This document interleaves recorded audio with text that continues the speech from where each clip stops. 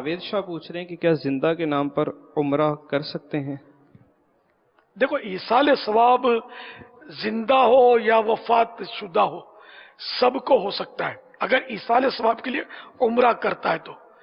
البتہ کسی کی طرف سے انمان ہو کر، جیسے حج بدل ہوتا ہے تو حج بدل تو ہو سکتا ہے، عمرہ بدل نہیں ہوتا۔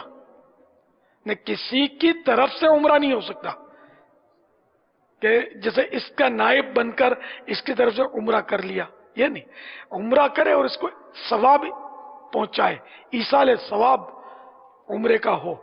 ان مانو کر اگر کہا کہ میں فلاں کی طرف سے عمرہ کرتا ہوں اور مانا یہ اس کے ذہن میں، تب تو صحیح ہے، ورنہ اس کی طرف سے احرام باندھوں گا، اس کی طرف سے لبیک پڑھوں گا، جیسے وہ حج بدل میں یہ ہوتا ہے نا، تو یہ عمرے میں نہیں ہے ایسا۔